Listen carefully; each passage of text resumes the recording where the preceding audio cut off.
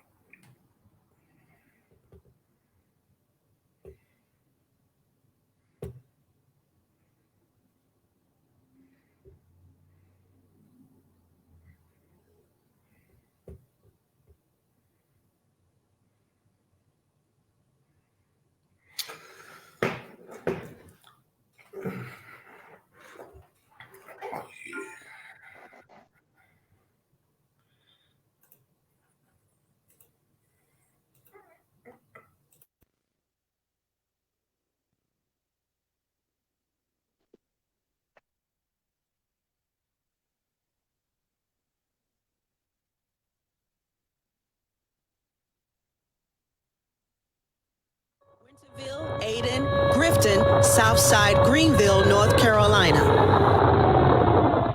I try to be a better man, but folks just don't understand. Try to do all I can to deal with this addiction in me. Lord, I want to change. I can't stay the same. But the sins that in my vein is trying its best just to kill me. Yes, good evening, ladies and gentlemen. Welcome to the U-Turn Show here on WBIS Awesome Radio 106.9 on your FM dial. I am your host, Richard Taylor, with another great episode. We want to welcome all of our radio listeners and all of our social media listeners as well. You're greatly appreciated. I hope you guys are having a wonderful and prosperous and healthy, and most of all, a safe new year. And please remember, if you haven't already, go to our website, www.wbisawesomeradio.org, and you can download our listening apps on the Google Play, the Apple, or the Alexa. Also available on Roku TV now. So if you have Roku TV, tune in to the Awesome Radio channel. Also, feel free to call in on our studios line, 252-756-2008. And I am happy to have a special guest here tonight. He's a friend, a brother, well known in the community of my hometown, Goldsboro, North Carolina. Councilman, overall pillar of the community. I'd like to welcome our special friend, Councilman Taj Polack. How you doing, sir? Good, brother. Thank you for having me. Thank you so much. And me and this brother goes back a long way. We grew up in the same schools. But most importantly, we went to the same college, North Carolina Central University, where we spent a lot of days together. And, he was definitely there for me through some very difficult times in my life. So once again, I just want to thank you for always being a friend and being there for me during those times, sir. Likewise, brother. Yep. And also, I definitely want to give a special shout out to his mother, Patricia Polack. If anybody's in the Goldsboro area, everybody knows Miss Polack went to Goldsboro High School. She was always a mother figure in the school. So definitely, he definitely comes from good stock. And I just want to get into it real quick. We don't have a lot of time. We got about an hour. We got a lot of issues to cover. So where were you born at originally? Portchester, Bronx, New York. Okay, but you moved down here as a child and Yes, sir. Goldsboro, so you really don't remember anything about New York, correct? Don't know much. My mom separated from my father 3 years into their marriage, and she came down here, was the matriarch of our family, and as you said, she did a lot for the community. Okay. And I always, I ask my guests the same question as well about fatherhood or the lack of an absent father. How did you, cope with that growing up? I know you had a lot of positive influence, and what type of things did you do or did she do to keep you out of the stereotypical lifestyle of a young black man raised by a single mother? How did what did you do? What steps did you or she take to prevent you from going through some of those obstacles? Well, unfortunately, it's sad to say, Rick, that it was the norm in my community to see a lot of single black mothers. So I didn't feel any type of way initially. And my mom did such a great job of taking care of myself, my grandmother, and my grandfather in one household under one income. Many of my friends didn't have fathers in the home. I looked up at families such as your own. One of my good friends, Tracy Monroe, that lived within close vicinity of me, he had a father and mother in the home. So what I did to cope in a lot of situations was attach myself to those families that had those mother and father roles in the household. But like I said, it wasn't an unnatural thing, and it's unfortunate to say because a lot of black families were plagued with that situation, especially in my era. Definitely. So, you made it through high school, always in the honors classes. As I mentioned, we went to North Carolina Central for a while, and Yes, sir. you end up becoming a fireman with the Goldsboro Fire Yes, sir. Department. How Yes, long sir. did you were you working with the Goldsboro Fire Department? So I was employed with the fire department for 19 years, and I'm glad that you clarified that we went for a while at Central. Yeah. I am proud to say that I had more than one option. Of my mom always gave me an ultimatum. If I didn't go to college, military route, went military route, and she said if you don't do either of the two, when you come home, you can't sleep on my couch. So that instilled a lot in me. But to answer your question, like I said, I did 19 years with a department, and I always had a, B, C, and sometimes a D plan. And that's what landed me to the career I'm in now. But I was a firefighter for 19 years with Goldsboro Fire Department. Okay, let's go back real quick before we touch on the fire department. So you went to Yes, sir. college and the military, right? Yes, sir. I went to the reserves my sophomore year, what they call the 90-day reservist program. And that's why I didn't go back to school. I wasn't put on academic probation or anything like that. But I saw at the time, I was mostly on scholarship. My mom did sacrifice and work a part-time job during my time in college. However, I exhausted all of my opportunities and did everything that she told me to do as far as not being able to come back to her house and basically be a leech. Okay. So yeah, So do you think that was a time when you was just trying to find yourself at a young age, really definitely, trying to find definitely. out where, because I went through the same thing. There was like a rule in my house that I had to go to college, and really I Yes, didn't sir. know what I wanted to do at that age, still Right, feeling myself out, still getting to know myself. And I went through that same period as well, which I didn't handle that period too well. But right, I think that's something that needs to be talked about, as far as that understanding of each individual having to take their own path, instead of, okay, you go to high school, you go to college, and then you get this career. Everybody isn't prepared for that right. per se. But 19 years as a firefighter. Now you weren't far from retirement, or were you? Well, no, well, we have a 30-year retirement. And at my age, like I said, I'm currently 43 years old. So I've literally worked half of my life as a career firefighter. Okay. So yeah, I was close to retirement. But one thing I did do, I stayed within the state retirement system. So now I'm Okay. 6 years away from 30 years. I didn't want to keep switching out careers. Okay. So with firefighting, then you went into the education system, Goldsboro High School Yes, sir. instructor. And what was the motivating force for you to lay aside those 19 years with the fire department and venture into the educational system?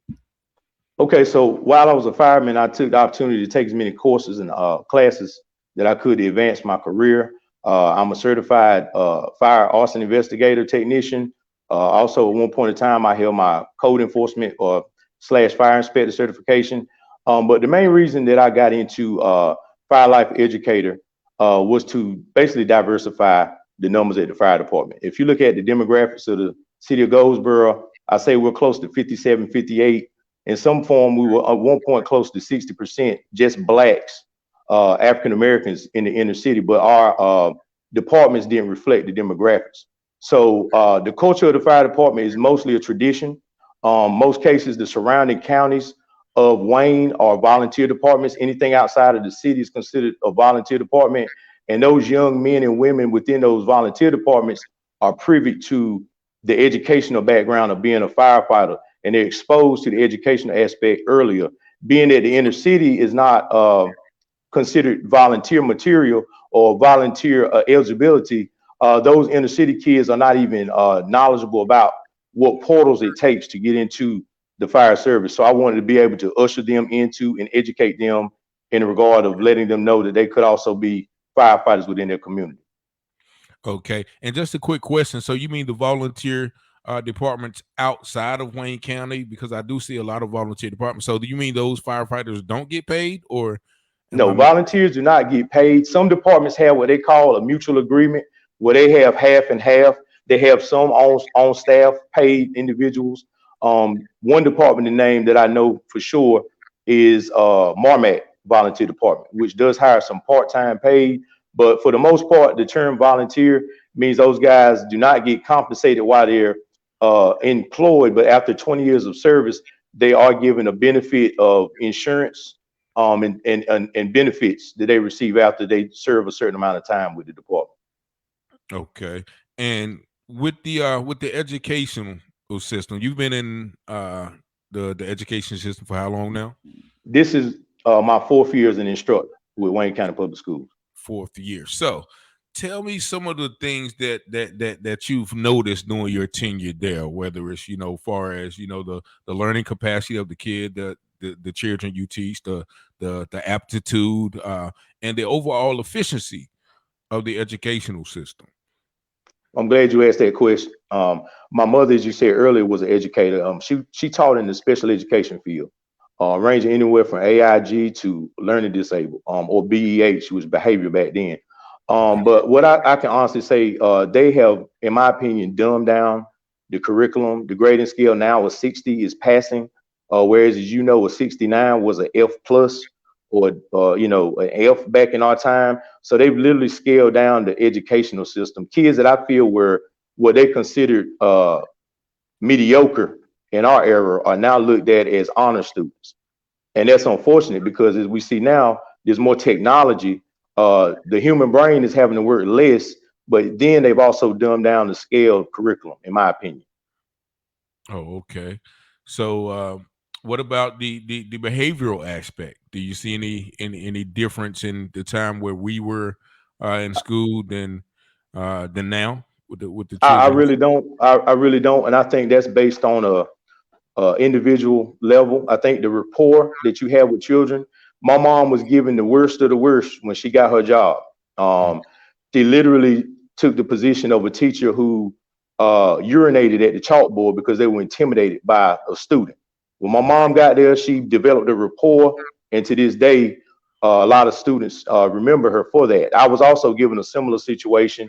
I was given a class that I was very unfamiliar with as far as curriculum, but it was just something to give me time to get my certification within the school system. And they literally piled my 4th period, which is the last period of the day, with about 28 students. And I looked at that as a rite of passage to see if I could handle the situation. And quite naturally, I'm still there 4 years later, and I've never had a situation with any behavior issue with any of my children. That's awesome, man. That's awesome. And a couple of years ago, I think it was, you decide to venture into the political sector Yes, of sir. the community. And once again, I'm asking the same question: what was the motivating force, or what was the driving factor for you to, undertake that endeavor? Well, first of all, I just want to begin by saying I'm not a self-centered person. It was never about myself.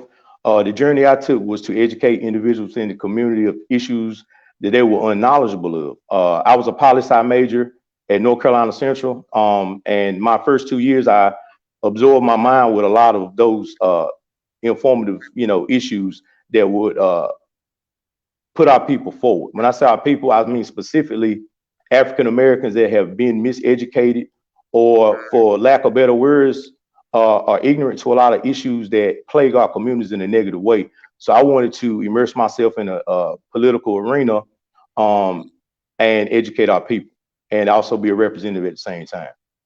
Okay. And this is a question I wanted to ask you as well, because you mentioned specifically black people, but also, our district or the city consists of, a large amount of other ethnic groups. And I've noticed something with you is your ability to stand, on what you believe in, specifically for, your people, but also to work with and respect the other members of your constituency and Yes, sir. the other council members. How are you able to do that and still uh be as vocal about some of the issues that we're going to talk about? Okay, well, first of all, I believe in keeping it real. And as you know me since we were kids. I've always had friends from all backgrounds, Rick. Uh, Mhm.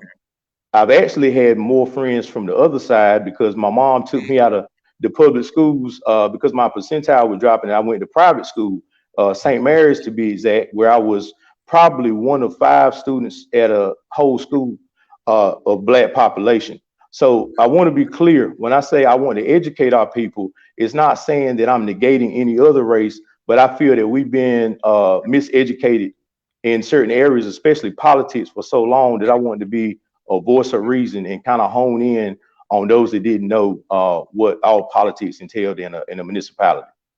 Okay, and let's jump right into that. What do you Yes, sir. think that the biggest misconception or the biggest issue where people are uneducated or uninformed about the way municipalities run, and Mhm. also other political issues? Like I said, I can speak directly on this being a former city employee for the amount of time I was. I think the biggest misconception is people don't realize that in order for city employees to get compensated, uh, it depends on sales tax and property tax.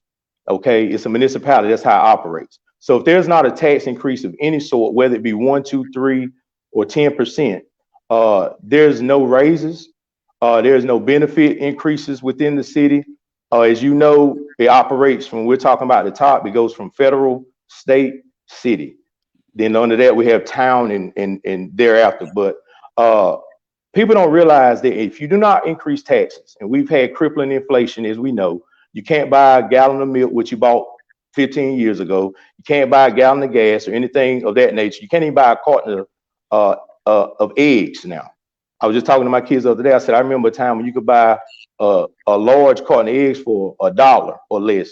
Now they're almost $1.60. So that shows you inflation is real. But I think, like you said, the biggest misconception, people don't realize that we are not given increases in pay as city employees unless there is some form of increase in tax, whether it be sales or property. Okay, and you mentioned something the other night. How is this affecting the city employees and in the cities, specific departments, uh, Mhm. for the lack of compensation? Definitely the lack of compensation. So I've heard people say people are going to leave Goldsboro if the taxes keep going up. Well, that's true. People are going to leave Goldsboro for employment, but people are not going to be able to leave Goldsboro to reside anywhere outside of Wayne County because the taxes there are quite naturally going to be more because they Okay. have more better jobs. They have better infrastructure in most cases. The situation with Goldsboro has come to a crippling stage because it's been neglected for so many years. Um, Many politicians, the elected officials, wanted to be reelected, therefore they didn't want to increase taxes. I'm also affected by any decision as a taxpayer, homeowner, as anyone else making decisions. I'm 43 years old, as I've said. I'm nowhere near Social Security age. I'm nowhere near getting a steady income if I were to lose my job. I've also taken in my granddaughter, and as you know, healthcare as well as childcare is very expensive. So Yes. these decisions that I make as a politician, or you want to call an elected official, also affect my household as well. So I don't want people to think that I'm insensitive. My mother's also a 72-year-old widow, has been on her own independent for the better part of her life since she's retired. She's been retired now close to, I want to say, 11 years. So I do think that we also have a fiduciary responsibility to be good stewards of how we spend money, how we operate the city. And we also need to realize that in order for our city to thrive, we all have to play our part. Okay. And so do you think people are leaving because of the lack in pay as well? For the increase? Because I think you mentioned that, city employees don't get raises unless taxes are raised. That's exactly right. We don't get raises. Money's not shifted unless there's for example, when I left, I was making $40,000. I was literally bringing home, and I was excited about bringing home after taxes almost $1,100 every 2 weeks. Now I've literally had a quantum leap in my salary. My gross now yearly is $56,000. I bring home after taxes. Of course, I do a lot of contributions with my IRA and Roth account, but I still bring home close to $4,300 after all my taxes. So it's more or less a monetary thing. Like I said, I'm in close contact, talk to city employees from sanitation, solid waste, all the way to the fire and police. And I guess they look at me as a liaison, Rick, because I was a city employee. I'm the only current sitting council member that was a city employee. So I understand directly why a lot of them are leaving. A lot of it, some of it is morale, but I'm gonna say 70-80% of the people that have left is because of benefit package, and they just don't see, they don't foresee a future in advancement financially with the city. Okay, and we're coming up on our first break in about 45 seconds, so I'm going to hold off on any other questions, but we do have a few comments I would like to read. Christy McMillan says, thank you for passing the information and clarifying. Our good friend Michael T. Zadok, formerly known as Michael Collier, said, shalom, brothers. Shalom, Mike. Douglas Brody says, my brothers, big up. So we're definitely going to come back after the break, and we're going to discuss some more things about, the city with our beloved Councilman Taj Polack. So y'all please stay with us here on WBIS 106.9 FM, Awesome Radio with the U-Turn Show, radio with a spirit of excellence. Hang on with us. We'll be back in about 2 minutes. In this day, we get this question: what are my rights when facing eviction? Stay tuned. That's attorney David Gibbs Jr., and this is the Legal Alert. Michael from Kentucky was falling behind on his rent due to financial hardships created by the pandemic shutdowns. The company he worked for had literally stopped working. Within the next few months, we received a call from his landlord informing him that he would be required to vacate his home immediately. Now, in quite a bind, Michael did not know what to do. That it is when he contacted our attorneys, we were able to advise him on his rights during this troubling pandemic time. There are special procedures. There are procedures by which rent can be held in abeyance. But please remember, we are required to pay our debts. It is not right to take and leave landlords who have been gracious in the bind. We gave him all of the legal options that are legally available. Know your rights, but act with integrity. And remember, always pay what you owe. If you have any questions regarding what you should do when faced with an eviction, call our lawyers. We'll help you if we can. Call the Christian Law Association 24 hours a day for legal support. Call 888-252-1969. That's 888-252-1969. A better explanation. This is Ken Ham on a mission to strengthen the global church with God's Word. Yesterday we learned about folded rock layers in the Grand Canyon. Now, the evolutionary explanation for these folds just does not work. You see, evolutionists believe the rock layers were laid down slowly, then heat and pressure allowed them to bend without breaking. But brand new research shows the rocks showed no evidence of this. And that's exactly what we'd expect starting with God's Word. You see, according to the Bible's history, there was a catastrophic global flood.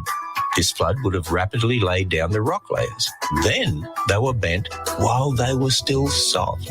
You see, it's the Bible's history that explains the world around us, not evolutionary ideas. There's so much more to learn about creation research when you visit us at AnswersRadio.com. Find answers to your questions about Genesis and the Bible at AnswersRadio.com. We are the station that provides inspiration for the family and ministry teaching for practical Christian living. Awesome Radio. Lord, I hope this ain't too grand for me to die up in these streets.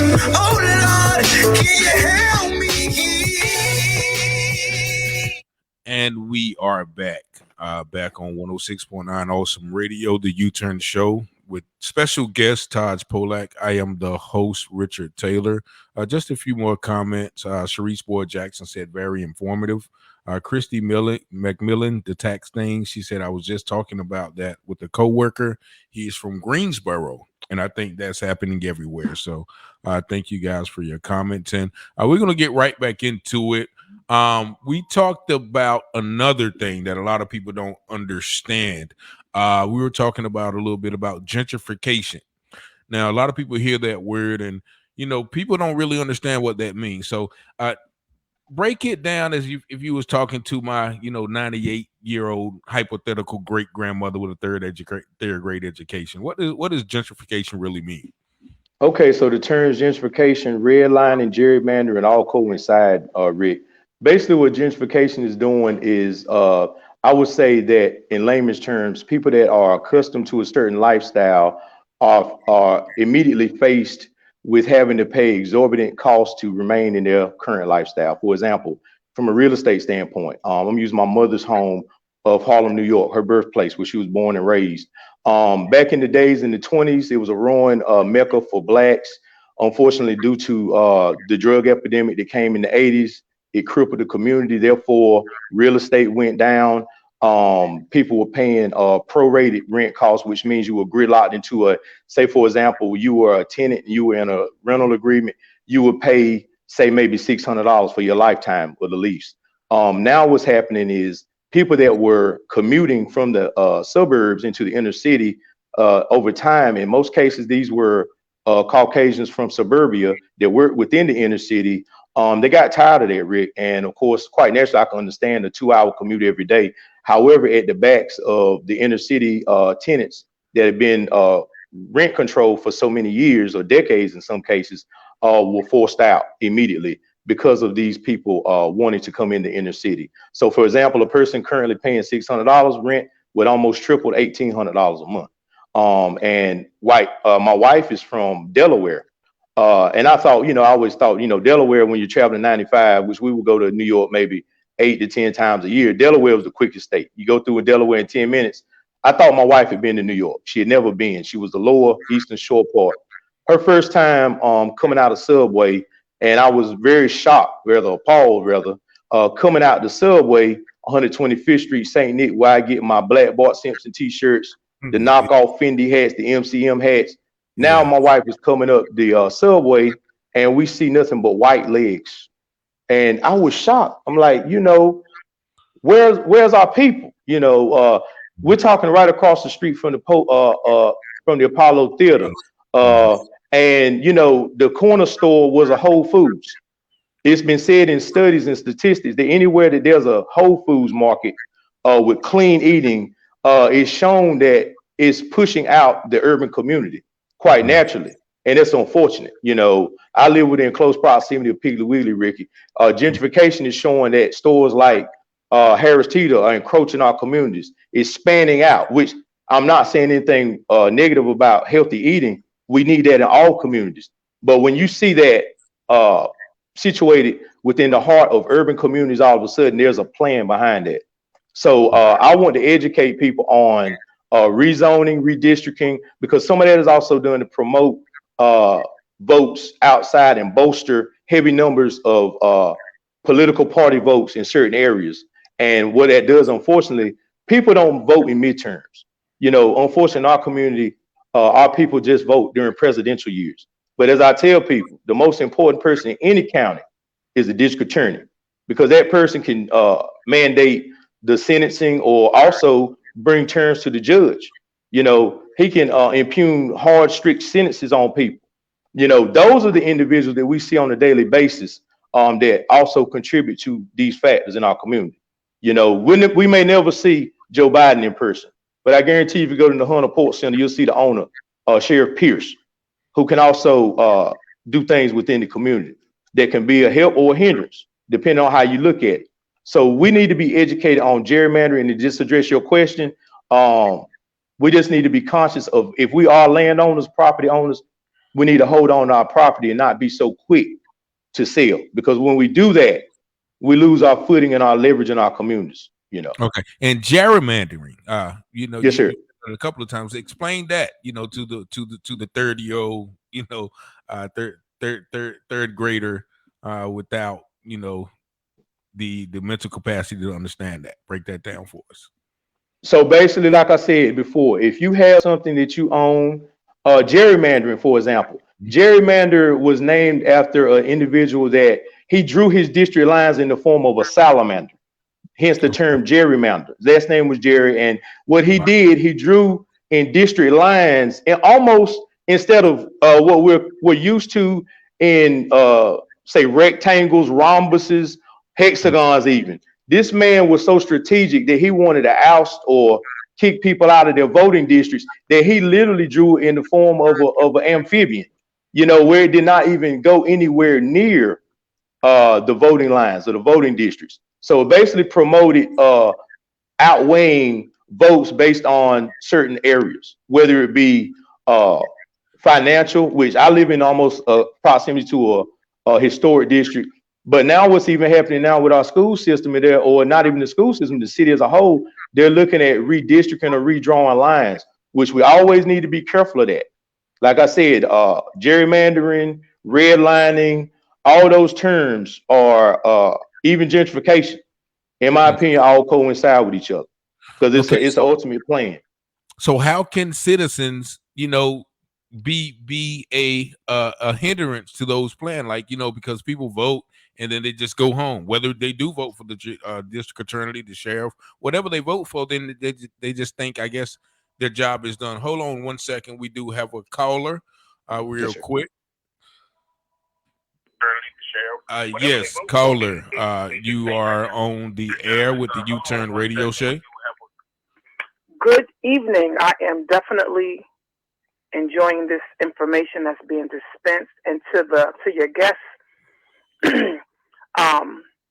kudos to you for dropping these golden jewels with us. I actually do remember very vividly when Harlem changed its color. That's how I like to speak about it.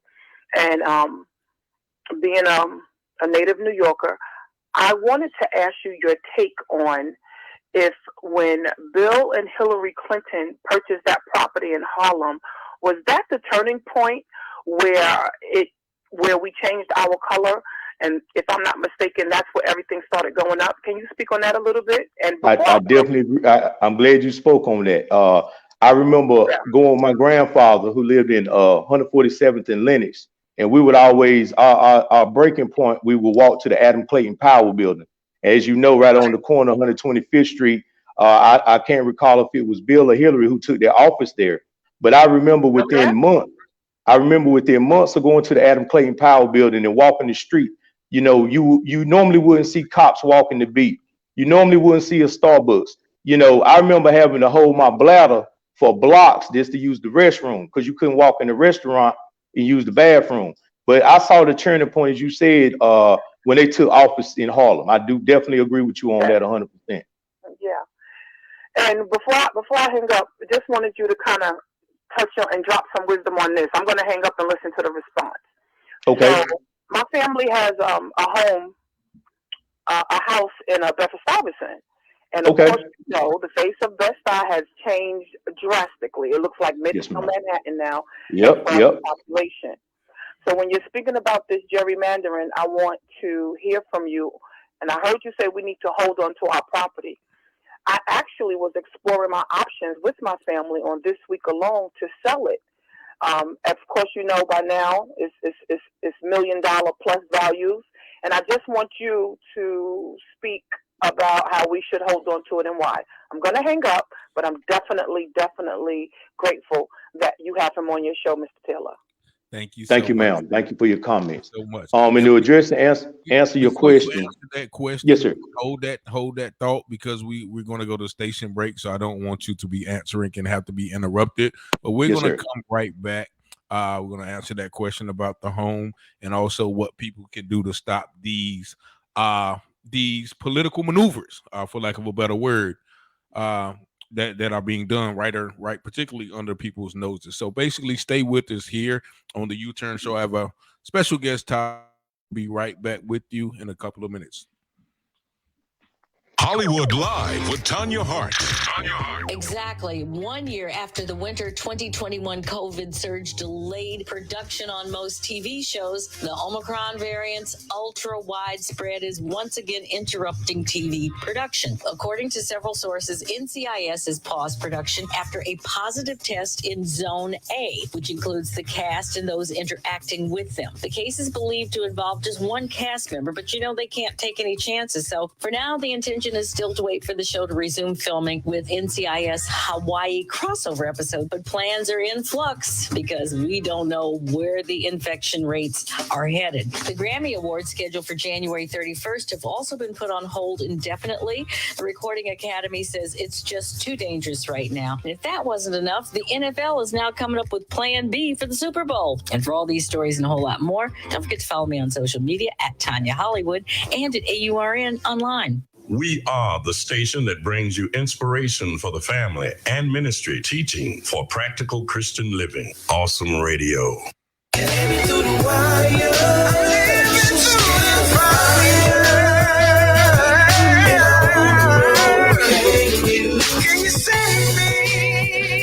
And yes, we are back once again with the U-Turn Show. Special guest, Councilman Taj Polack. And before you answer those questions, because once again you have a great deal of knowledge on all of these subjects, just a few more comments. Rico McDowell says, "Thank you both for this knowledge. Our brother Tracy Monroe, who you mentioned earlier, always need to be careful of redistricting. Christy McMillan has, how can we stop them from pushing out the blacks? My father, Roger Taylor, two black men of God sharing profound knowledge. Thanks to Taj. Once again, Douglas Brody, talk to him. Taj, tell them all facts. Christy McMillan, they want to give us liquor stores and give the other people clean eating stores. Wow. Facts about Whole Foods. And Tracy Monroe laughed at the knockoff Fendi. But on a more serious note, as one of our members at the station here, she talked about, having the opportunity to sell that house at a exorbitant amount of profit. So I mean, I guess that's kind of hard to hold on to that property. How can you answer that question for her? Well, that's a great question. My wife and I, earlier in our years of marriage, we would always go back and forth about her wanting to move out of this district, wanting to be in the suburbs and I guess a gated community, the white picket fence scenario. But like I told her, my main objective when I purchased this house, which I owned it 8 years before I got married, I wanted to be able to leave a legacy or an inheritance to the future generation. When we take a dollar in a lot of cases, and that's what's happening in our community, especially in the black community. You look at Webbtown, all of those businesses, anybody that lived in Webbtown in the 70s, late 60s, they did not have to leave that community to go anywhere. They had cleaners, they had restaurant, they had a gas station. Mr. Donnell had first black-owned gas station, convenient mart. But now, unfortunately, all these businesses we look at now are run by Arabs. And that's in every city, all across the United States. They are known to inherit businesses that have already been established. And that being on the backs of people selling their property, moving out of state. And unfortunately, those that have acquired a lot of property, move out of state, they don't have a sense of community anymore. They moved on, they've sold their property, and as long as they're getting their rent, and that unfortunately kills our communities as well. But to address the question the young lady asked about my opinion on the property, hold on to it, sister. That's what's happening across the world. And that's why gentrification is able to exist, because we are being bought out of our communities. The price they sell it or you are given for that property might quadruple after it's sold within a couple years. Right now, we're going through an issue in Wayne County, Goldsboro to be exact, in a community where I guess the average tenant is probably in their retirement age, but they're selling properties at a value of almost $300,000 in a community where the comparable houses are not at even 120. And so what that is doing, it promotes pushing us out of our communities. If I can just elaborate real quick, the neighborhood my grandmother lived in, which was at that time called School Street, over that way where Little Washington is now. If you notice, the houses in Little Washington are single structured properties. They're not like your regular government housing that is in a duplex or apartment format. Those were intended to be ownership, but they didn't sell and they didn't do the way they felt like they should have done. So it went to the federal government by form of HUD, and that's how it got turned over to the federal government by a housing authority. But prior to that, that was a thriving community of blacks. I also look at District 4, which is our Councilwoman Matthews district, which is 90% black. And my great grandfather built a lot of those houses. That's a great community. That is one of the few communities you see within the city that has not been allowed to be forced out. It's mostly what you see around most downtown centers. And anything I can do to ensure that those people that are currently in those locations retain their homes rather than feel like they're being forced out of their homes. Okay. And once again, you're listening to 106.9 FM Awesome Radio, WBISLP. Special guest Taj Polack. And what can people do? As I mentioned before, we had the caller.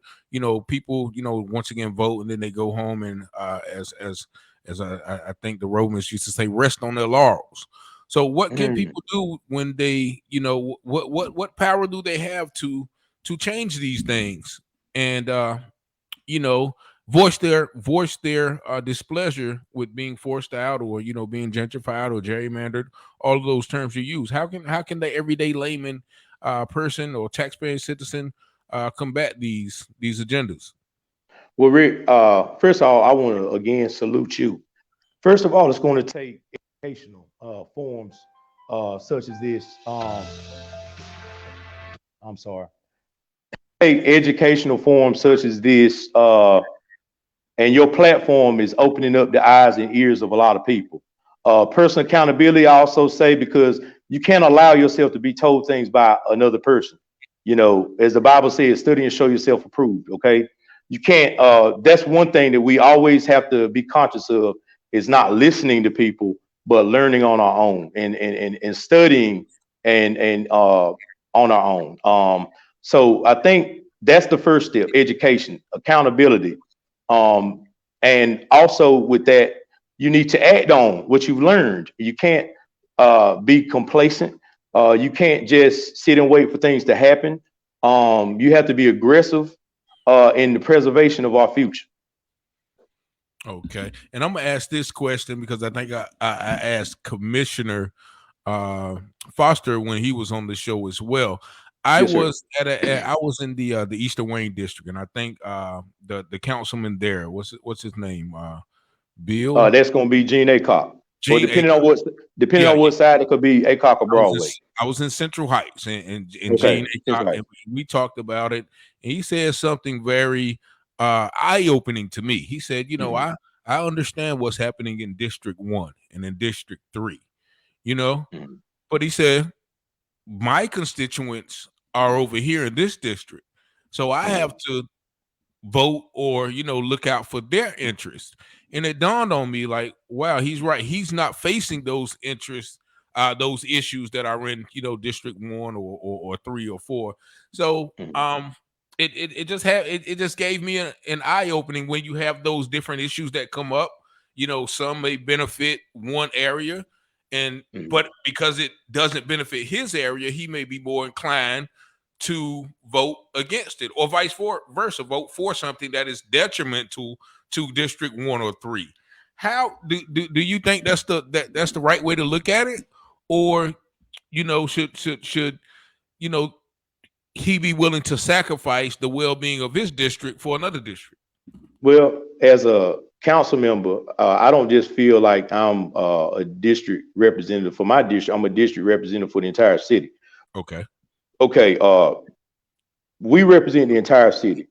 We come to votes whether it be unanimous, biased votes, split votes, however you want to look at it. We represent the entire community. We hire the city manager. He represents the entire city. So we can't just be focused on one district. Part of my district is very a thriving community. However, I have probably, I would say, the most impoverished district within the city. I have 5 housing projects alone within my district.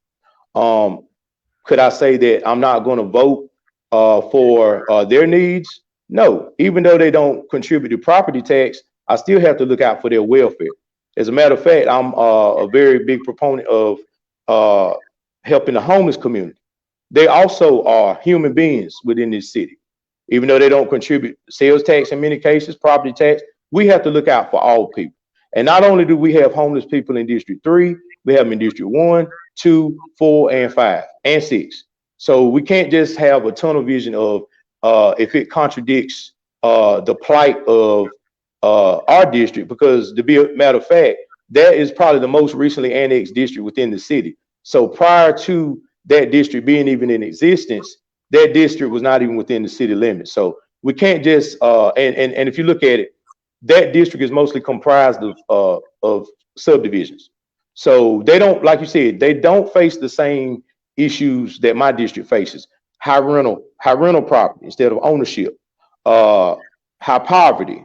But we can change that, and we're gonna have to work collectively to make sure that everyone has the same rights and privileges within this city.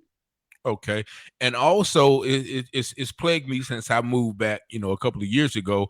I can ride down, Elm Street and, on the corner of Elm and Slocum and, back there on Devereaux and some of the Webtown area, as you mentioned.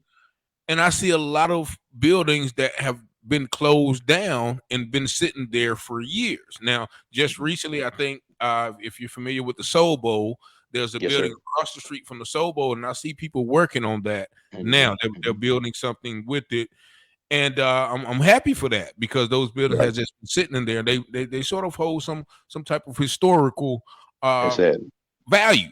So what is it? Is that a part of the gentrification, or why are those buildings just sitting there? And honestly, they become eyesores, because you can ride up and down the street, you see houses boarded up, you see those old buildings boarded up, and you're like, it looks distressed. It gives the feeling of depression. It gives the people a feeling of non-value. So why is that allowed to keep going like that? Like, are they owned by people who don't want to sell the property? Is they're hard to find the ownership of those properties, or are they just condemned and the city refuses to do anything about it? Well, I'm gonna begin by saying rest in peace to Mr. Calvin Hodgen. He was an individual that owned Landmark Realty within this city. He almost owned over 200 properties within the city of Goldsboro. He was elderly in age, his mind, he didn't have the best faculties of his mind, but he owned a lot of properties. And in some cases, when you have so many properties, you can't take care of them. Unfortunately, as I told the lady from Bed-Stuy about, thinking about selling her property, a lot of people in the South that moved north or vice versa, moved further south, sold or rented out their properties. Many of those properties went over to Section 8.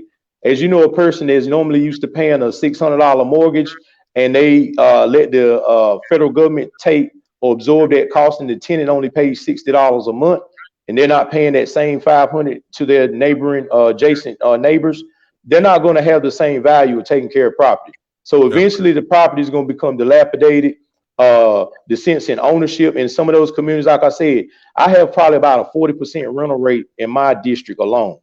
Other districts have maybe that's very high rental rate. A lot of other districts have about a 70% ownership rate.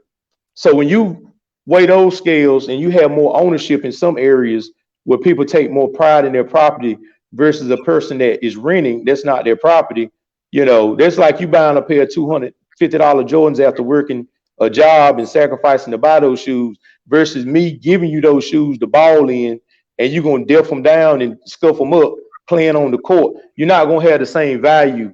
And I hate to use that analogy, but I use that frequently with my students, because sometimes they prioritize things in a different way when they own it versus when someone allows them to borrow.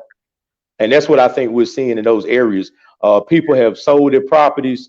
Slumlords are just making a quick flip.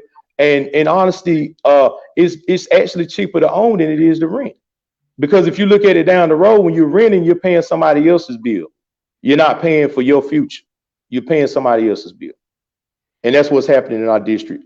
Is we see a lot of that opportunists that are doing the bare minimum just to put a roof and a raiment over somebody's head.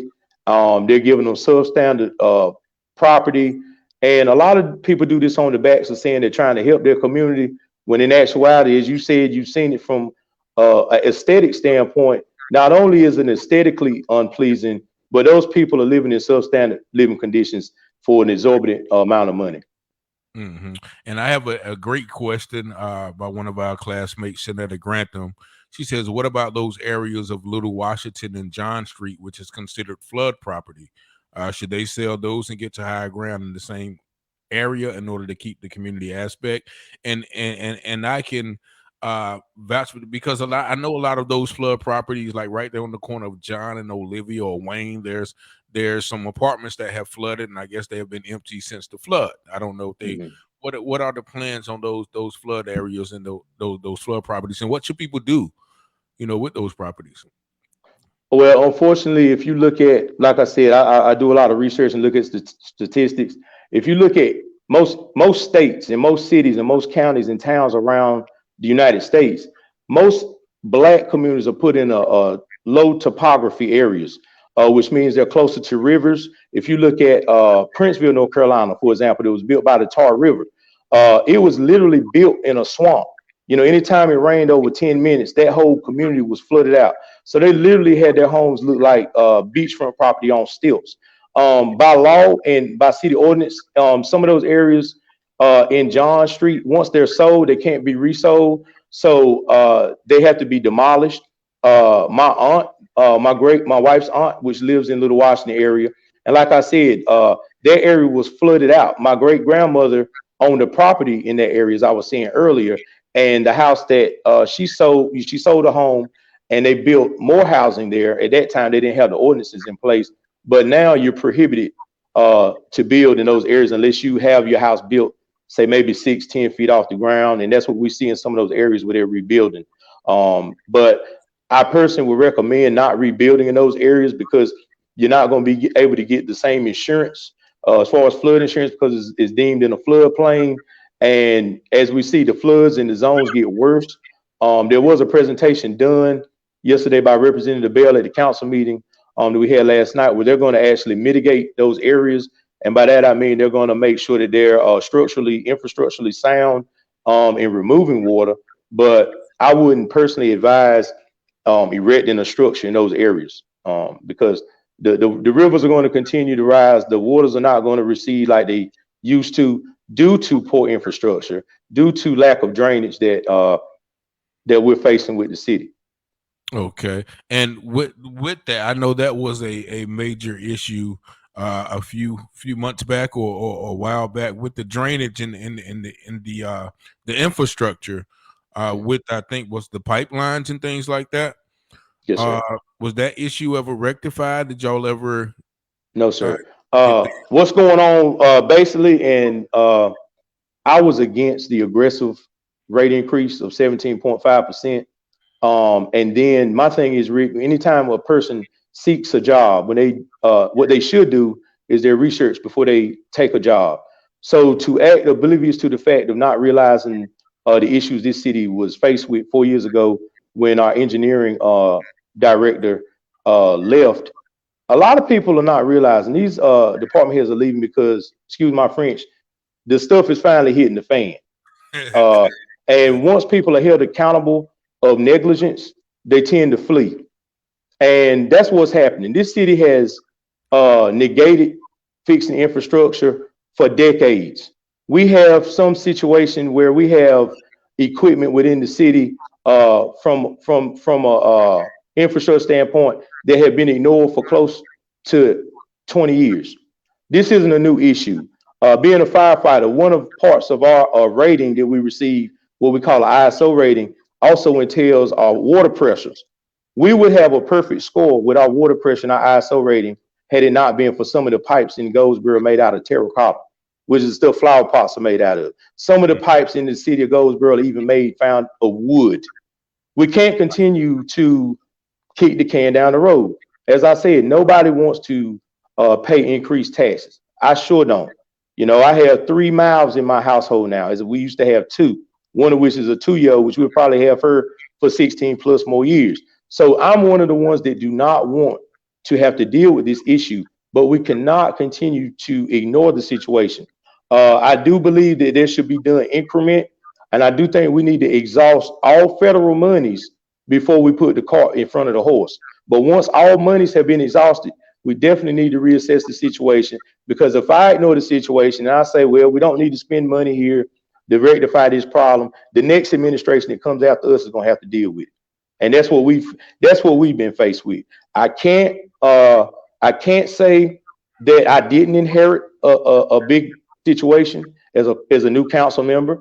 I mean, hell, we had to deal with a global pandemic that the world never saw. We dealt with a mayor that never took really office without being sick. You know, we lost a council member. We've lost, I mean, so many variables in the equation, but we have to deal with the problems that we face right now.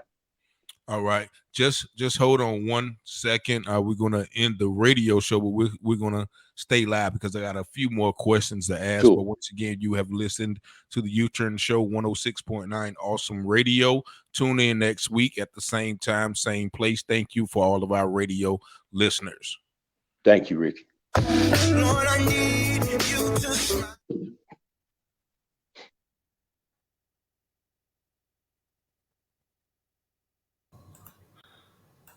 So, can you hear me? Yes, sir.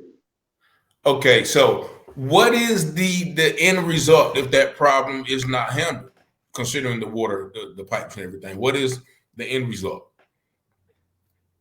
Okay, so the end result is unsafe drinking water. If, for example, we were blessed to not have a bad hurricane season, but part of the infrastructure includes what they refer to as like a suck pump, okay, where it basically the water from the river in some cases needs to be pumped out, or like say, for example, Princeville, North Carolina, the waters that were flooding the cities, there was pumps used to pump water out of the, you know, where it wouldn't affect housing and stuff. We have pumps that are in need of repair. We have a pump station in Goldsboro. As you know, Goldsboro, just to give a little history, Center Street literally at one point in time was the axis of the center of Goldsboro, hence the name Center Street. Walnut Street divided the grid of north and south. But as you've noticed in time, if you were to look at the city of Goldsboro, we can honestly say Center Street is well far from the center of the city now. We've annexed to Berkeley Boulevard, as far north as Bayleaf subdivision off of 13, which has provided city services. So with that being said, the infrastructure that was put in place at that time is not even enough to sustain Goldsboro. We have a water treatment plant, which is, by the way, where I took my fire entry test. That building, even though it's beautiful inside, is well maintained. That building was built in the mid 50s. That building, the project to rebuild that has been outdated for close to 25 years. Should have been replaced then.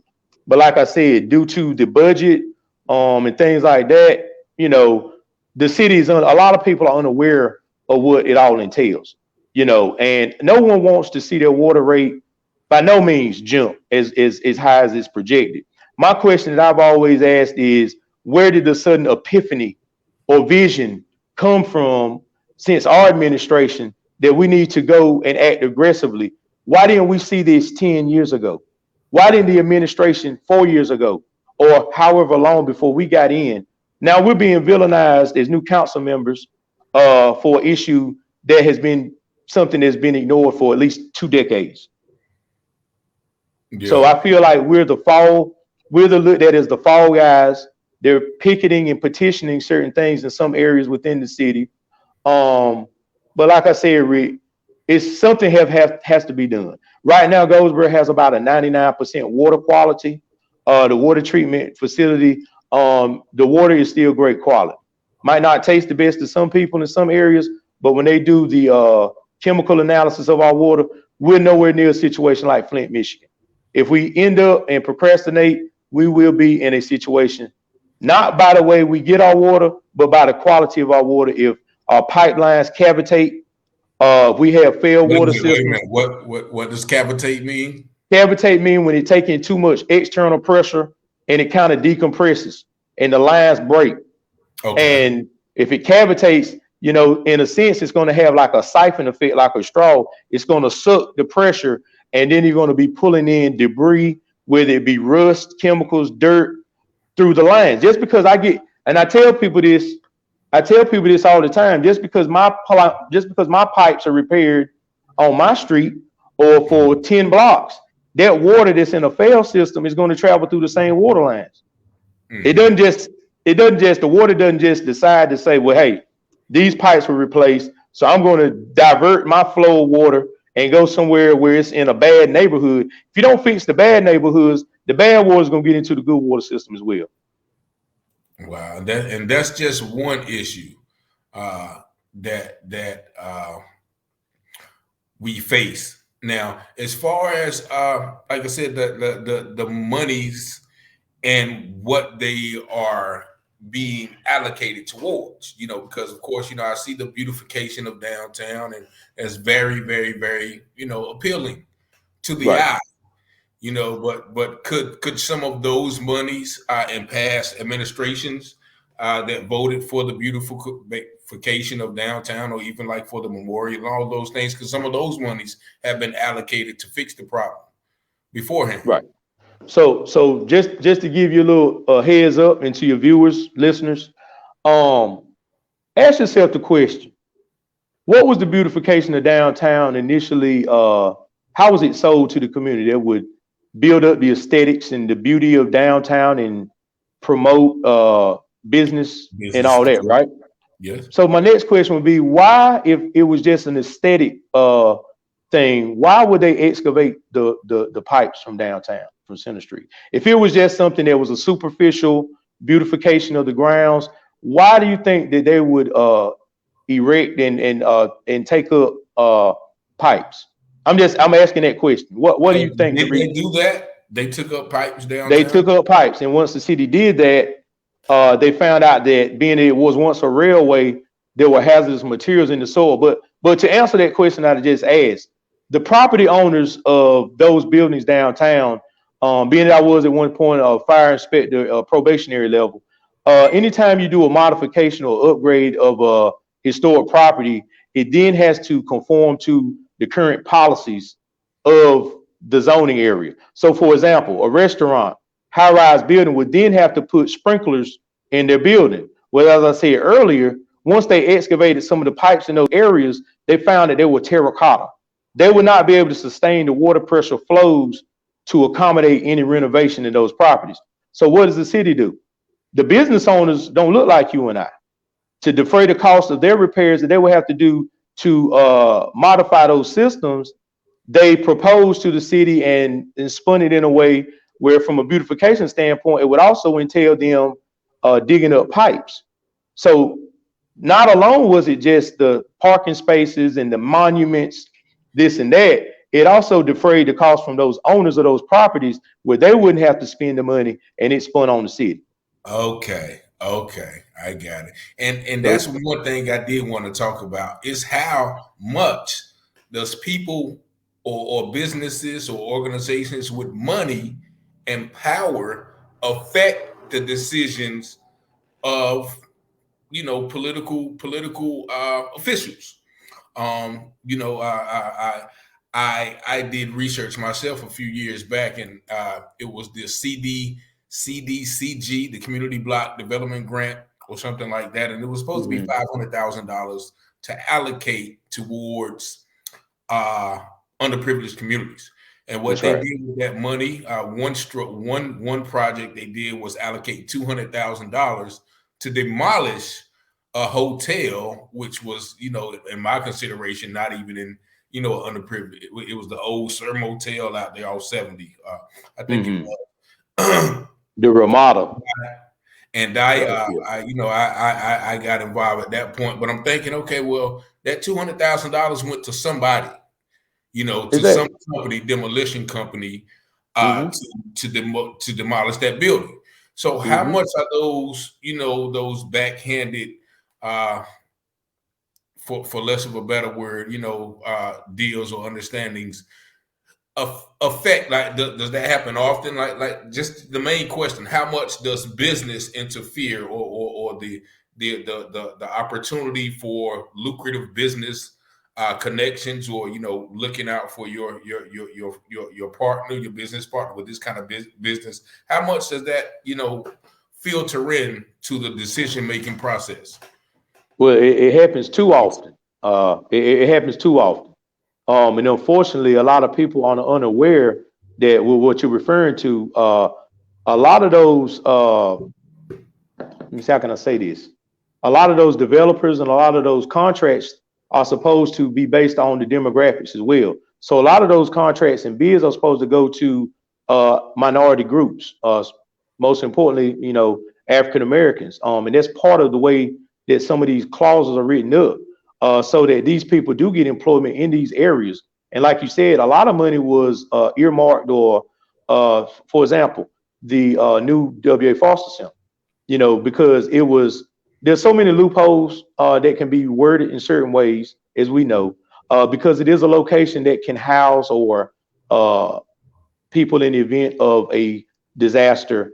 They I guess enveloped it in with a way that they could spend money and build that to pay off a debt. Yes, it is a accommodation, but it wasn't utilized in the way it should have been during past floods or past disasters. But it was justified in the spending because of that umbrella that it falls under. And like I said, education is key. We have people like Dr. Criggs and Mr. Carl Martins in the community that do statistics, Mr. Charles Wright as well, that are analysts and do the stats on a lot of this and bring knowledge to this. And many times it goes on deaf ears what they bring to the table, but they do have legitimate concerns. And those issues, unfortunately, have not been listened to, and I'm not saying haven't been listened to, but haven't been acted upon in as far as way money should be allocated in the city. Okay, and you mentioned once again, I meant to ask this earlier, but you mentioned homelessness. Now, yes, sir. I do, and I just found this out, because I've seen this happen in Virginia, in Norfolk, and other places. Like, actually, people are there's a settlement right off of I think Royal Street in the woods where people have. I've been there. And and it was just baffling to me. Like, sometimes when I'm driving from the gym late night off Royal, I see cars even going on the other side of the railroad track. I don't know if they're warming up the cars to stay heated or something. So what can be done about that? I mean, I don't know the reason particular people are homeless, or is their own being, or just falling on hard times. But it seems that we should be able to do something as a city to take those people out of those woods. I see people going back and feeding them, churches and everything. Everybody knows where they are, but are we going to continue to just let them stay there? And, not trying to run them out of, but like, what can we do to help them, pretty much? Well, as I said earlier, there's a lot of variables, as you know, mental health being one of them. Some people in Goldsboro have money and choose to live that way due to mental health issues. I've seen that. Drug abuse, addiction, all ties in to mental health. Depression, which I battle, and I'm not ashamed to say, depression is a form of mental health. In some cases, could lead people to make decisions that put them in those environments. But to address and answer your question, I've been in those communities. I've seen that, and it's sad. There's children, and that's what hurts me most. They didn't ask to come into these situations. There's 3-year-olds, 4-year-olds in tents, and due to the fact that the foliage is thinning out in the winter months, we can see deeper in the woods without having to get off Royal Avenue. In the summer, it's more dense. You can't see, but it's more in the summertime. Quite naturally, in the wintertime, people are trying to find an indoor structure. Therefore, they're squatting in houses. I have a house within about 2 blocks of me that people see needles in the yard, where people are shooting up, squatting in homes. But to answer your question, I'm working with a man right now, Mr. Thomas Rice, who has actually been dealing with this situation for close to 2 decades. He's been trying to reach out, but the momentum is finally taking place now. He's had a segment or two on WRAL, he has a proposal of a small tiny home community, which will have a house over 40 single units, anywhere ranging from 3 to 900 square feet, depending on the size of the house. He's basically focusing on primarily military veterans because they served our country, and they're the last people that should be in those situations. Next will be women, victims of domestic violence, and people of that nature, and children, of course. He also has a plan in place where sexual predators will not be able to be in that area, but they also, some are homeless as well.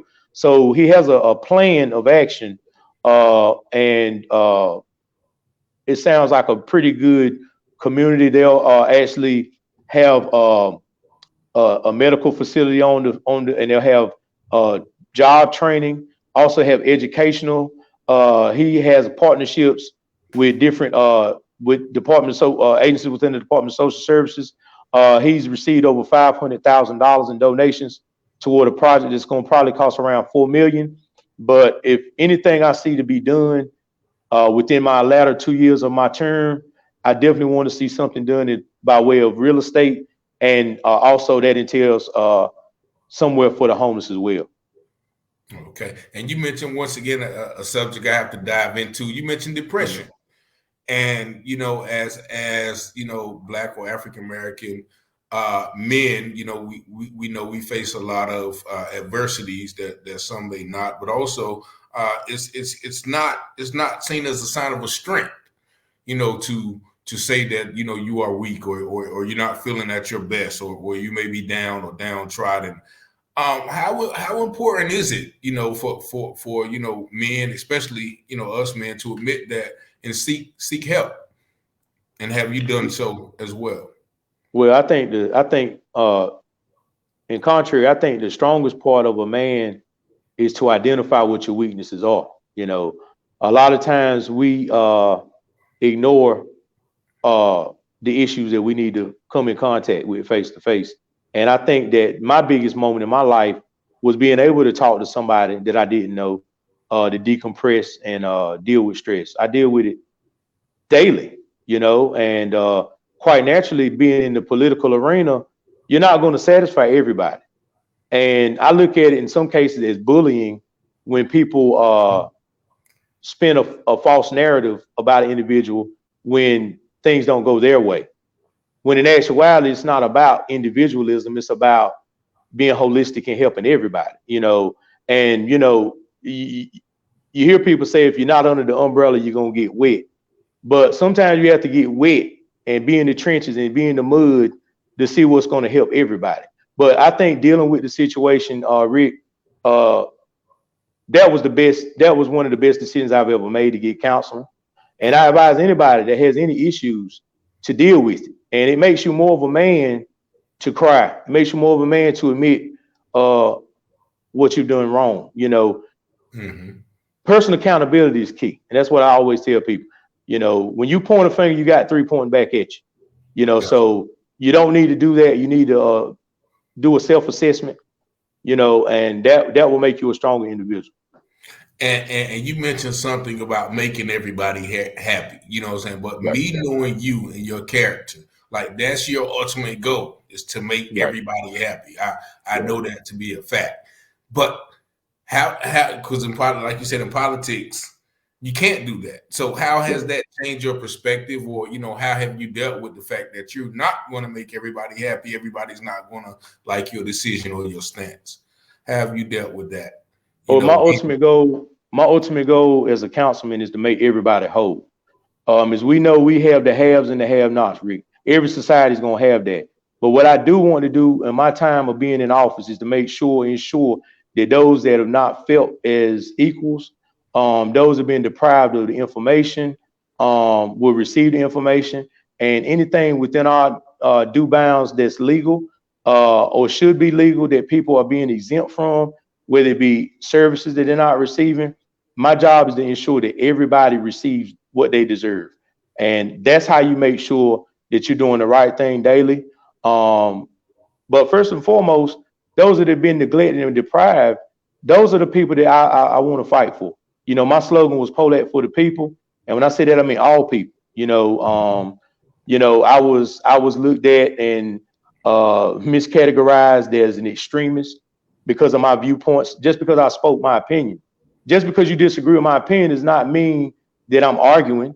But if I'm speaking facts, facts are more dependable than opinion, more profound than reasoning, settles disputes and always end the argument.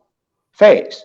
So we can't go off of opinion, or what we surmise about a particular situation. We have to go on facts. And at the end of the day, even though I might have more Pepto-Bismol in the course of a week due to stomach issues, because of stress, at the end of the day, I know I made the right decisions. And I also, while we're on that topic, I also beseech everybody to always hold me accountable. They air these council meetings. Don't listen, like I said, to what another person's opinion is. Look at the meetings. Look at what we vote on. Look at how each individual votes. I'm not trying to hide behind any curtain or say I didn't say that. I'm asking people, even go back before I was on the council, when I was an advocate for the city employees as a city employee. A lot of people are timid because they're fearful of losing their job. But as long as you're justified in telling the truth, has always been my point, then you have nothing to be afraid of, Rick. You have nothing to be afraid of. If you're speaking truth and you're not just speculating or throwing out false information, then you always go to sleep well at the end of the night. You might have a stomach ache here and there, or a mild headache, but at the end of the day, you can live with yourself. And you mentioned the council meetings and what you guys vote on. Are layman citizen or average citizens, are they able to present an issue or proposal for the council to the board to vote on? And how hard is it to get that issue before the board? Not hard at all. So we just met yesterday, which was the 10th. So if you were to say you wanted to present an issue, you basically, they ask you for a 2-week time frame with a presentation of what your PowerPoint, what your talking points are going to be. Quite naturally, they don't want you to come to a meeting and speak for an hour and blindside them with something. And I mean, that's just decorum. That's just proper decorum. I mean, I don't think that's anything outside of reasoning to have a heads up on what a topic may be. But yes, sir, to answer your question, any individual from the city, outside the city, anybody that has a concern that just wants to speak on something they feel is an issue dealing with Goldsboro, they can discuss. Now, would that issue be voted on directly, or would it be, considered and then voted on at a later date? Well, it may be something that's not even voted on at all. The council will just entertain whatever your talking point is as a taxpayer. Like I said, you don't even have to come from the city. They've had people come from outside the city that have spoken, doing presentations. So it's not necessarily something that you speak on that's going to automatically be voted on. Matter of fact, in my next meeting, I'm gonna bring up the fact of Juneteenth being a paid holiday for city employees. It has been recognized and a resolution has been done, but as we know, just giving us a resolution without compensation, it doesn't do anything but just put another plaque on the wall. It needs to be looked at. And like I said, I will have to make myself as a council member a request to elaborate on that. Now I could just add it to the agenda the night of the meeting to amend the agenda, have it added, but something of that magnitude, of that importance, needs to be something that's done with preparation and not just thrown out, in my opinion, at the last minute. So I myself have to even have issue reviewed that I want to talk about. Okay, and my sister Anita Griswold Hamilton says she loved your transparency. I guess that's about the depression, and the question I have to bring up, because you mentioned Juneteenth, and yes, Juneteenth is the holiday where certain parts of America, certain slaves finally found out that they were free. Now, yes, being from the South, and being from a place or a region where racism and slavery and prejudice has been prevalent, throughout history. How are you able to stand strong and fight and challenge those sometimes belief or even ordinance or even laws that are still designed to hold blacks back. And just case in point, I think one day we were talking and you were telling me about the deed on the house that you bought. Yes, If I'm sir. not mistaken, correct me if Yes, I'm sir. wrong. You said, back, 2 or 3 owners ago, or when it was built, or when the deed was passed down, that the owner specified in the deed that he didn't want the house sold to a black person. Was that Well, right? it wasn't the owner; it was the actual law of the land. Oh. And just to expound on what you're saying, these issues are systemic and it's factual. I can speak on it firsthand. As you said, I bought my house in 2003. I wanted to do the provenance of my home, see who owned it prior to myself, do a little history research. The house was built in 1927. So in doing so, I went to the Register of Deeds. They let me go into the archives and I pulled the information. The man down the street from me, Mr. Peacock, he told me specifically his family owned a lot of these lots and these homes, but he did not know specifically who owned mine. So that made me want to research deeper into it. And my findings, I found that I'm the 4th owner of this house since it was built. But the first transfer of the deed, which was done around, I want to say 1948 or 9, it specifically says in the Wayne County Register of Deeds that this said property is not to be sold or leased to a Negro or to be sold at any value less than $2,500. That was what the deed said in 1949. So quite naturally, people say, pull yourself up by your bootstraps. Slavery is over. Those days are behind us. Well, technically, if my great grandfather or grandfather wanted to leave me this house as an inheritance and give me an upper hand, whereas when I came into owning the property, I would be able to then buy another home, leave my son, and the domino effect will go down, as you see. But due to the fact that this particular property, by law, the laws of Wayne County prohibited anybody black, being my grandfather, black man, would not be able to buy this property. It kind of set a cycle, whereas, we were kind of behind the 8 ball. And when I say systemic, I say it in this sense. Anybody that's familiar with NASCAR, you have cars running around a round track. Well, to say that we're free, or to say we're free, because in some forms, I do still think that, there are certain obstacles that we face that we're not equal to our counterpart. But to say that we're free, just say we're on the same racetrack, Rick. You're driving a 2023, 2022 Ferrari versus me in a 1912 Model T Ford. We're on the same track, but due to the advancements that those individuals have, wow, we're passed so many times. We're being lapped. And that's a fact. I mean, even in education, we see the curriculum has been so diluted that children to this day don't know that Mansa Musa is the richest and still the richest man that's ever existed in the world. They don't realize this man was from Mali. When they teach world history, when they talk about African existence in society, it starts post-slavery. They don't talk about the empires and dynasties that were in Africa, and that's what I say when I go back. It's personal accountability. People study what they want to study, but they don't want to look at the whole picture. And personal accountability is first and foremost key. You have to hold yourself accountable to what you value as priority. Because if you allow somebody to tell you something about how to live your life, you're going to live in their shadow for the rest of your existence.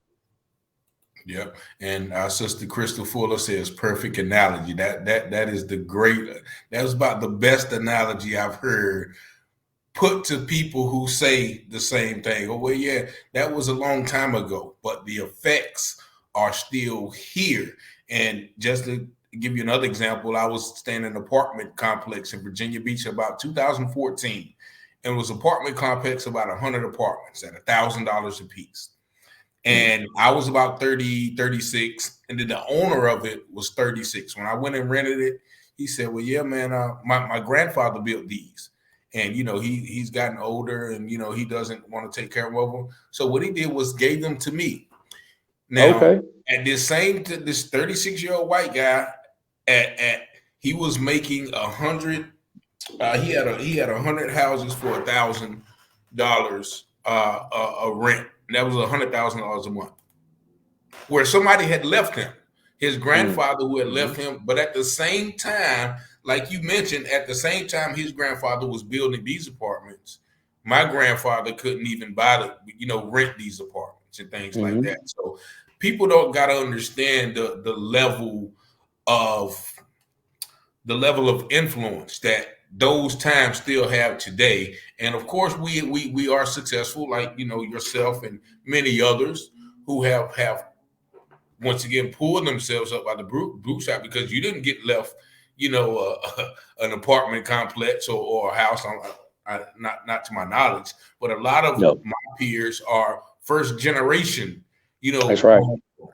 First generation business owners, first generation things that we are finally finding out. But once again, our businesses and our knowledge is so far behind that, there's no catching up, but we can start from now in educating our future generations and leaving, like you said, a legacy be towards or for those that come behind us. So I just wanted to reiterate that. And the educational system,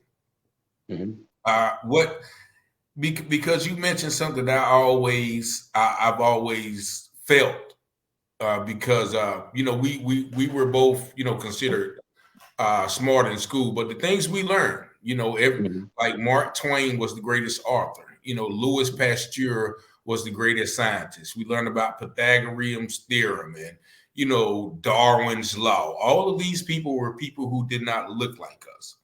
And it comes to a point when a person becomes of age, he wants to find out more about himself. I didn't want to read about the Great Gatsby or, Tom Sawyer and things like that.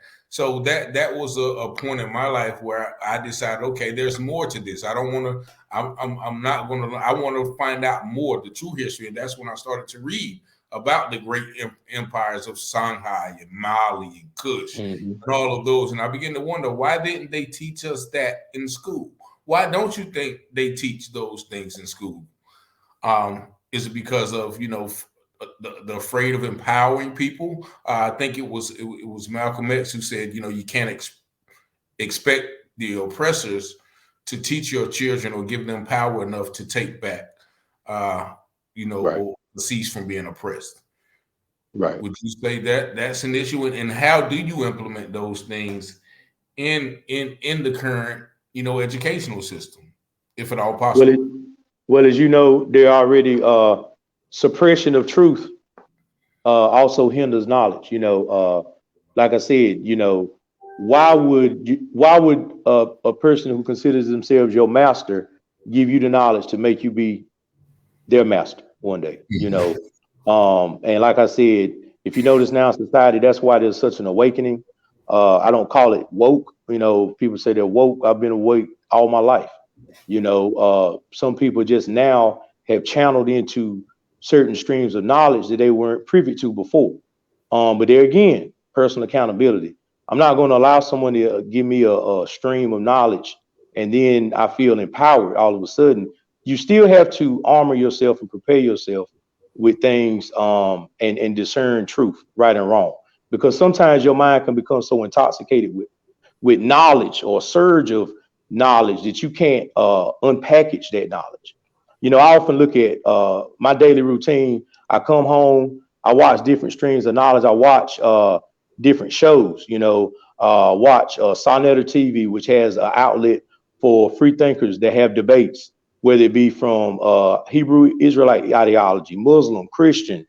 He gives a platform such as yourself, where you have different speakers come on and express. But I also look at that and I say, sometimes, you need to look at what the author of confusion is. Because if people can say something ever so slight and be put on Facebook jail for something that I feel personally is not that big of an issue, but yet they allow these different streams of speakers or different ideologies, especially in the Black community, to debate, which allows some people to be misinformed in some areas. But I can be honest with you, man. I've listened to a lot of those guys, and their knowledge is so. They're so on top of what they're saying, man. It's so enlightening, and it being so because we've never been exposed to that. But you still have to be able to discern and unpackage what is beneficial to your life and what is going to benefit your community. Because we can stand on the street arguing and debating all day, but if we're not bettering our communities, what are we doing, man? You know, the facts need to be given. That's true. But meanwhile, we're standing arguing in front of a store that an Arab is running that we can't even work in. Yeah. Or a black person can't work the register in. And like I tell people, even within our communities financially, our money doesn't stay in our communities more than 16 hours. In some neighborhoods, communities, 6 hours. But in other communities, it stays in for days, weeks at a time. You know, and see these things, all these issues need to be addressed at the same time. We can't pick and choose what arguments we make. You know, sometimes we get hung up on religion, but in some cases, and I agree with some people, in some cases, the religious ideology they feel has not prospered us. They feel has held us back because our oppressors in some cases were feeding us a religion that we feel held us back. But it's not the way that they gave it to us. It's the way that we show our knowledge and understanding. Mm-hmm. Yeah. But when you allow somebody to give you what their knowledge, what they think your knowledge should be, then you're doing a disservice to yourself because you're allowing another person to program your mind. Yeah, and it all goes back to interpretation. Right. I always like to say Nat Turner read the same Bible that everybody that he was being shoved down, but he was like, wait a minute, this Bible said, you know, allow no man to rule over me, or, you know, that's right, is wrong, or, you know, don't beat your, you know, he took it as a point and said, wait a minute, you know, my God tells me that I have a right to defend myself. I have a right to be free. So, and people still look at, you know, that as you know, well, no, he shouldn't have, what, you know, or Martin Luther King, there's a scripture that says, well, you know, obey the laws of the land and, you know, obey the government. But Martin Luther King read the same Bible, but he said, no, I'm going to stand up against this oppression. I'm going to go in this restaurant where the law says I can't go in, to cause this unrest and, you know, bring to light and wake people up about, well, no, a Christian don't mean that you got to be soft and take oppression. You know, but a lot of that's how it's been taught to us. Well, just suffer on earth, and you know you're gonna get by in the sweet by and by. And I'm for one that I'm not the one that subscribe to that kind of belief system, right? But Bobby and Valentine Staten said you need to get that racetrack comparison copyrighted because I tell you, all right, I got you. That was just one of the most profound statements, but it's definitely, man, I think, you know, what you were saying about, you know, the oversurgence of knowledge. I think my good brother, Dr. Umar, calls it intellectual masturbation, you know, right. Standing there just, you know, just spitting knowledge, but you're not applying it. So that's right.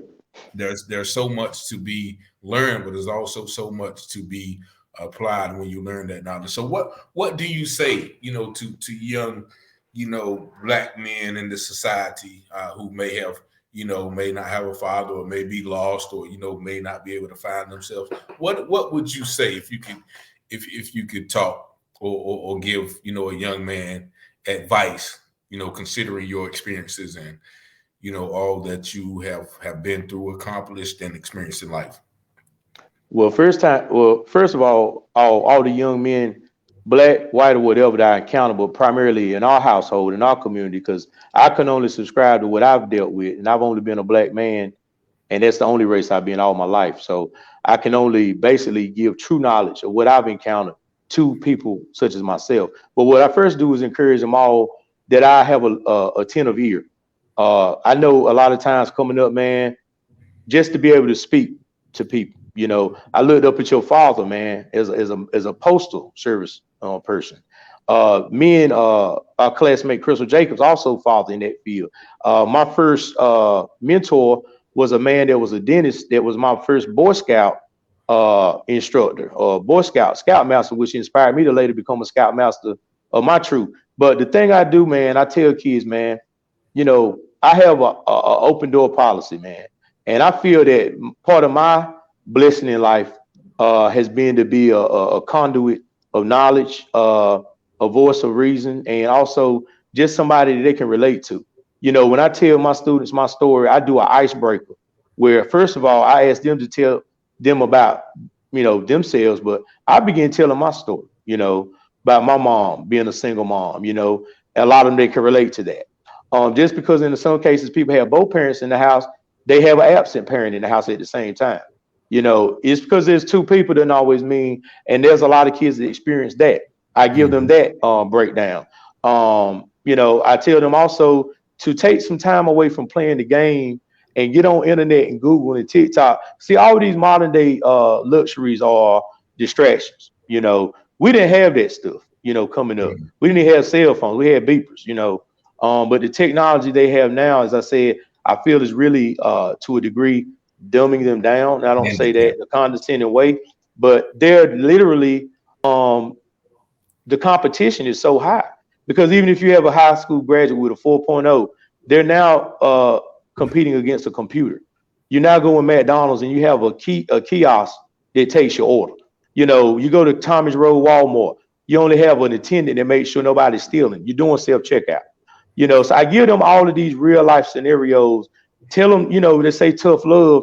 That's what I do, because like I told my students the other day, I said, you'd rather be chastised by one of the people in your community that looks like you than a person at the other end of a nightstick or the other end of a taser, or in the worst case scenario, the end of a bullet.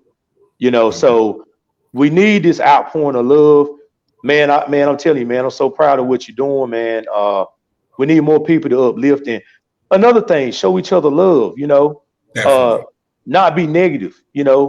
I tell everybody on this social platform, I don't know who's looking on Facebook or what other media outlet, but man, you taught me a lot, Ricky. You really did.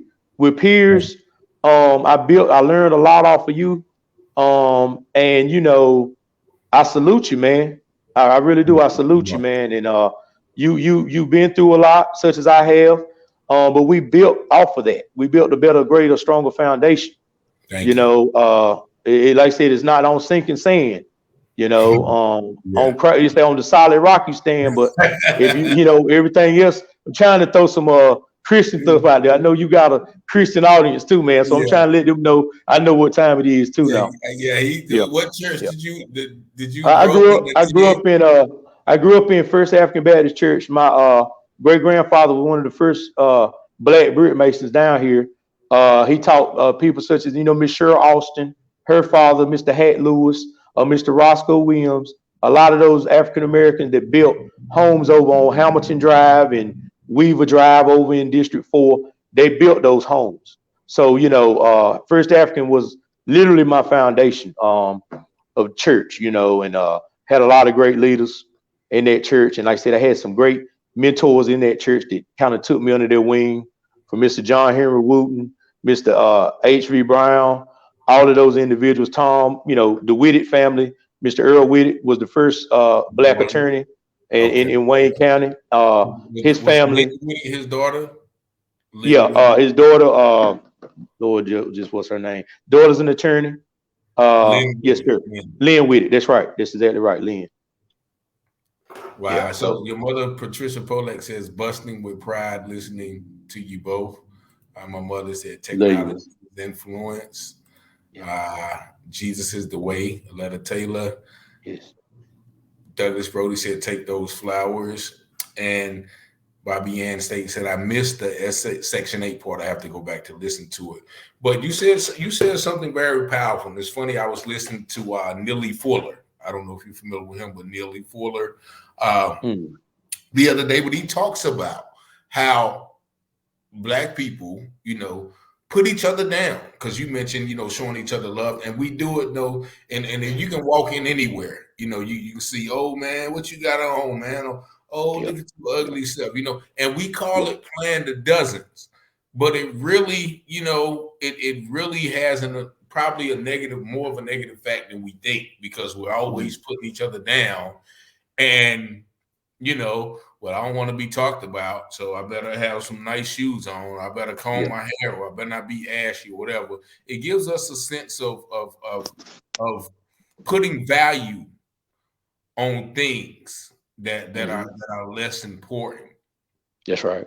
And how much, do you think the materialistic or the materialism affects us as a people, you know, on not putting value on things like home ownership and, you know, business and investments, or rather, as opposed to, you know, buying a Benz, or, you know, having the flyers clothes, or going out and popping bottles, or, you know, having the best outfit. Of course, you know, everybody likes to look good, but the priority of it. Do you see a misprioritized faction in our community? Yeah, I most certainly do. And I talk to my kids about this all the time. You know, I go off script a lot with my curriculum. I kind of, you know, tailor it to my audience. Of course, I'm gonna cover my blueprint in my class lesson, but I also deviate from the lesson because a lot of times these soft skills aren't taught. Like I said, priorities. I taught to my kids the other day. I said, "What would you rather have?" My favorite car is a Muslin, you know, Bentley. But I said one day I would love to have one, but I would much rather be in a Toyota Camry and live in a nice home than live in be in an Escalade with 28 rims. Tax time, everybody goes and they go spending, splurging, and they could have used that $10,000 to pay off a loan, which they would be able to own a home next year, as opposed to being broke in 10 months, or have the car they just bought with a bad engine that gets repoed because they stopped driving it, they stopped making payments, rather than them build up their portfolio where they wouldn't have to rent, you know. So I teach them about priority all the time. And as you know, Rick, in school, I wasn't the one to wear Jordans. I wore khakis and a pair of Rockports. You know, that was my thing. Because I figured I could wear those khakis twice a week, you know, maybe switch up a couple shirts and keep my pants creased up, you know, still look fly, but I was just on a different level, you know, my priorities. And I attribute a lot of that to Joe Mo Jones and Marcel. You know, that's how they dress, you know, and you know, that taught me something, you know, be different, you know, be different. And at that time I was starting to work, and you know, the pottery was a new thing, Carolina pottery. Everybody was getting Polo and Tommy, man. I was going to the Bugle Boy. I wasn't wearing Ralph Lauren Polo, but I was wearing Ralph Lauren chaps. You know, but you know, priorities, man. Like, but I appreciate it. But priority is definitely a key. Yeah, man, and we can go on and on that. I know you got to get up for school early in the morning. Ain't no sweat, man. I can sit here with you all night, brother. It's always good to talk to you. Definitely, man, definitely. But it's definitely a pleasure. Also, you are a member of the Brotherhood as well. A lot of people don't know what the Masons really do or who they are. If you could expound a little bit about, you know, the Masonic Lodge and their role in the community, if you could. Well, Masonry is just a beautiful system of morality, veiled and allegory, illustrated by signs and symbols. In a nutshell, basically what that means is it's an organization in plain sight where we recognize each other through a form of networking, where we uplift each other. A lot of people have a lot of negative connotations in reference to the order, but if you really know your history and your facts, we are the true people. We are the builders. We erected the pyramids. We're just the builders, is hence the name. But from a speculative standpoint, that was an operative standpoint I was speaking of. But from a speculative, hands-on standpoint, we're an organization of networking. You know, I hear people speak negatively about Masonry, but they subscribe to sororities and fraternities. From a Black Boule standpoint of fraternities, we are the founder of all fraternities. We're the oldest, we're the most ancient form of fraternity in the world. So their origins and their founders came from us. And I'm saying that very vividly and candidly because that is a fact. I speak fact. But we're not a secret organization, as you addressed. I am a Freemason.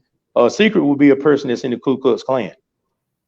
Your doctors, your lawyers, the people that you don't know brandish that hood. They're secret. You don't see them saying, hey, well, unless they're bold enough to say they are. But most times, you know, it's the person that you don't know. That's the secret. You know my affiliation. You know, many Masons wear rings. Many wear apparel that shows their affiliation.